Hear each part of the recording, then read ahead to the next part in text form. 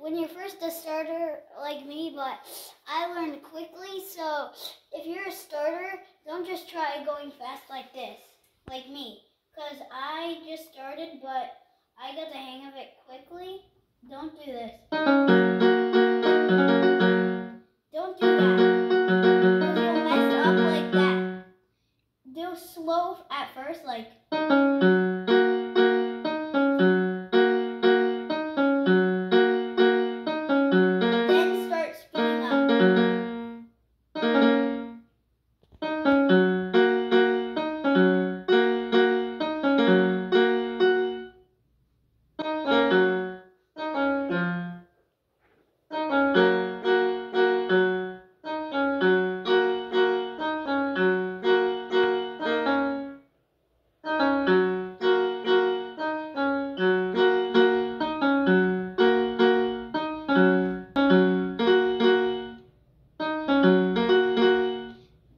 When you get better at it, you start speeding up like that, and then you'll be like this.